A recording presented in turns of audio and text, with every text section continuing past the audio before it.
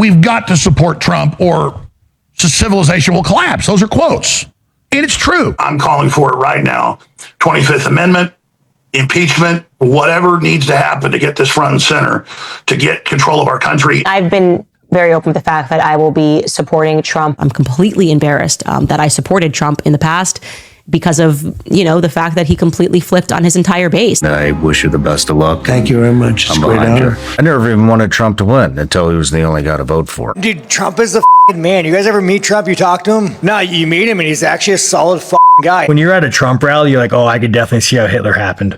Like, I'm not joking to you, dude. When you go to a Trump rally, it makes you question the sanity of everybody. If Trump said, go grab a gun and go do anything, they would do it. They would do it. I know, it's a cult. I became an active Trump supporter when they raided Mar-a-Lago. You and I and everyone else who supported him, you wrote speeches for him, I campaigned for him. I mean, we're implicated in this for sure. I want to say I'm sorry for misleading people, and it was not intentional. If you were wondering why MAGA influencers are suddenly turning on Trump, or if you foolishly believe they somehow had a change of heart, I have something to show you. And I gotta say, I'm particularly proud of this one, because I had this theory, but I didn't have the data to prove it. And then, almost as if I had manifested it into existence, the New York Times published the comprehensive data proving my case. See, there's a reason why Marjorie Taylor Greene said that she just suddenly realized that all of MAGA was a lie. Why Nick Fuentes says that the whole thing was a scam. Why Alex Jones, of all people on planet Earth, is now calling for Trump to be impeached and convicted or removed through the 25th Amendment. Why Tucker Carlson left the Republican Party and said that he would be tormented for the rest of his life over the fact that he voted for Trump. Don't twist yourself into a pretzel trying to imagine these people having a sudden change of heart. The reason why these people are fleeing the ship is because they have the most to lose. Unlike elected officials, these people are not collecting a government salary. Their careers survive on parasocial relationships built through the MAGA community. And now, just like the Real Housewives of Igloo, South Dakota, their community is crumbling. Just look at the data. These people I mentioned above, they have the dashboards that show the data that the New York Times just published today. They aggregated the collective views of 12 of the most popular right-wing influencers. And what they found was that these people have lost, in some cases, more than half of their audience in just 12 months. This includes people like Benny Johnson, Candace Owens, Tucker Carlson, and Charlie Kirk. It's really seen a mysterious drop-off. Some of these individual creators were getting close to 30 million views per week just last spring. But as of right now, some have dropped by up to 86% in weekly views. These people are desperate to stay relevant, but they know that 12 months from now, relevancy will not flow through MAGA. They're looking at the views, they're reading the comments, and most importantly, they're looking at all the brand deals they are not signing and all the bank accounts that just aren't replenishing like they used to. If I just attended Trending Up, the MAGA sphere should be rebranded to Trending Down. So when people tell you that MAGA creators are turning on Trump, do not be mistaken. These people are not defectors. No, they're nothing more than canaries in the coal mine. For the people that are leaving MAGA, I need you to understand that the reason why you are not being welcomed with open arms is that nothing fundamentally about how you feel has changed. You just no longer feel like the commander-in-chief has you and your best interests at heart. You don't all of a sudden have compassion and empathy for others, for marginalized groups. You're just mad because things are expensive and you believed him when he said he was going to make everything affordable. You could still care less about black and brown people or people who just simply have an accent, being racially profiled, being chased down in their cars, being afraid to leave their homes. You still could care less about human beings. You're just mad because you feel like he lied to you. He betrayed you. And now you're like, I'm one of you. No, you're not. Because our vote was never about the cost of eggs. Yours was. Not to mention your racism, sexism, bigotry, racial superiority, especially if you are a third-time voter. Because the only reason why you're not voting for him again is because you can't. You never cared and you still don't. But you're tired of being ostracized. You're tired of losing friends. You're tired of people not wanting to come around you for the holidays. And now you're tired of it. So now all of a sudden it's like, I want to be one of you now. It doesn't work that way. Because fundamentally, those same bigoted hatred views are still the views that you hold. But now you're asking for compassion from the same people that you showed no compassion for. Instead of looking for sympathy, you should be looking for other people who left MAGA. Those are your people. Many Americans are not convinced about MAGA leaving the movement because they believe the warnings were everywhere before the election, and yet millions, they still chose to ignore them. They believe if given a chance, they would still do it again. And do you believe this is a genuine change of heart or a reaction to personal consequences? Let me know that in the comments, and I appreciate your support, all right? Let's get into it. It is my humble opinion, and I have a master's degree in forensic psychophysiology. Trump is a sociopathic narcissist. I voted for Donald Trump 2 times because he was alleging that he was going to support conservative values and conservative Christian values. I cannot and will not vote for him again. Trump clearly instigated January 6th, and he told several lies to followers and the American people, resulting in essentially a mass delusion now called MAGA of millions of people who consider him some kind of political messiah, which is concerning in and of itself. Donald Trump's support of the QAnon cult, his retweeting of their tweets, was extremely concerning to me. No president has ever done that. Trump's tweets are childish, they're immature, attacking people personally and calling them names. Those things reveal who Donald Trump really is. The last straws for me was Rex Tillerson was a great Secretary of State, fine man by all accounts. And because he disagreed, Trump fired Rex Tillerson over a tweet. That was the most unstable, unprofessional thing I have seen, and I was in government for 20 years. There are 3 things that Donald Trump will never, I'll never get back on the Trump train unless Donald Trump rectifies the situation. Number 1 being the Epstein files. There have been 0 arrests. There haven't been any sort of we're not going to do this again. If anything, I could make the argument that the beat continues to go on. Secondly, the Iran war. I don't know how he's going to get us out of this, but what I do know is that it's not only bankrupting our country even more so, it's also making our military super weak. The other thing that I'm concerned about with that military part of it is people are going to start turning on our military guys. And there was a thing back during Vietnam where people would spit on military men when they came home.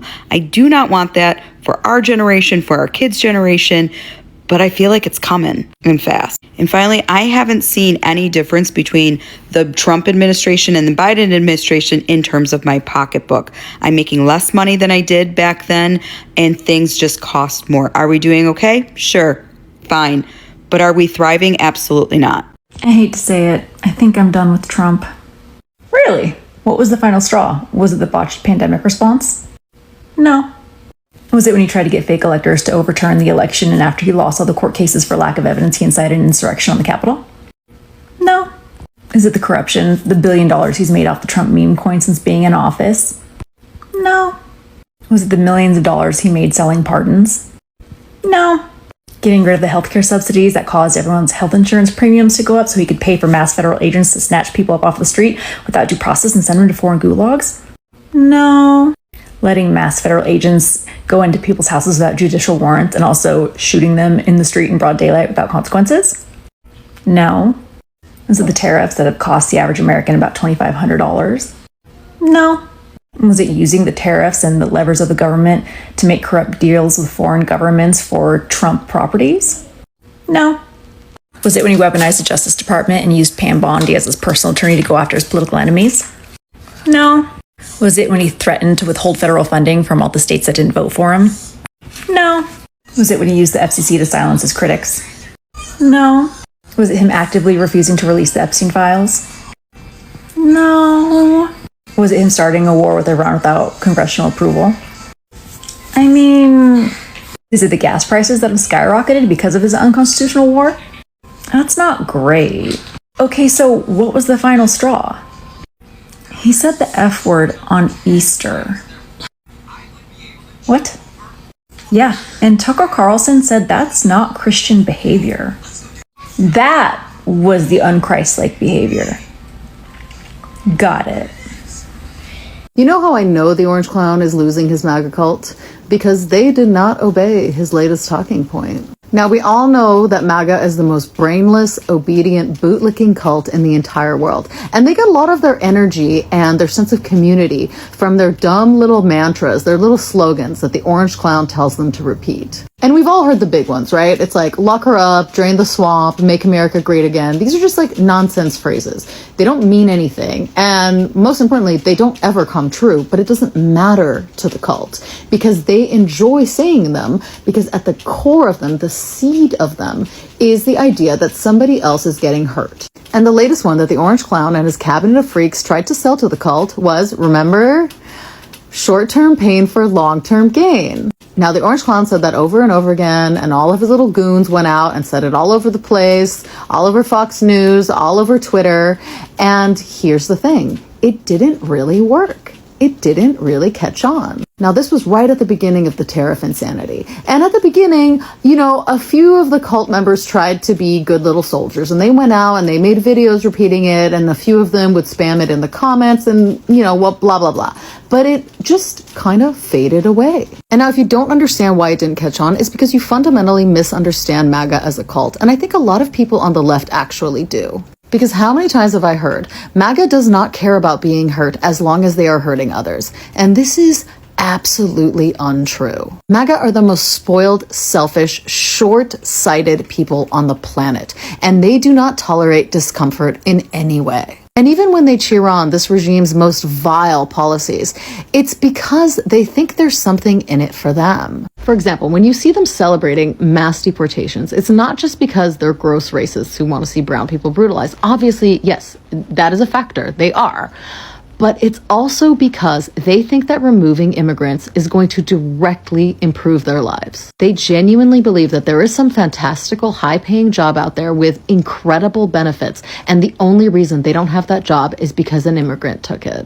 They believe that they can't afford a house because some immigrant family is living in the house that was meant for them, and once they remove that family, they're going to swoop right in and be able to afford it. There's some cheese slice lady out there who genuinely believes that there's not enough cheese slices in her fridge for all of her gross kids because some immigrant out there is raising the price of cheese. Shout out to the cheese slice lady. I do honestly think about her all the time, and I wonder how many cheese slices she has in her fridge right now. But back to the slogan, short-term pain for long-term gain. This was a fatal miscalculation by the Orange Clown. And this was a fatal miscalculation by any cult leader. Because every intelligent cult leader knows you keep your cult in line by telling them, hey, you got to hand over your blind allegiance, your paycheck, your teenage daughters, because the rapture is coming. What you don't ever do is tell them what day the rapture is coming. Hello, the entire thing will fall apart. And the Orange Clown told his cult, there is a day of rapture.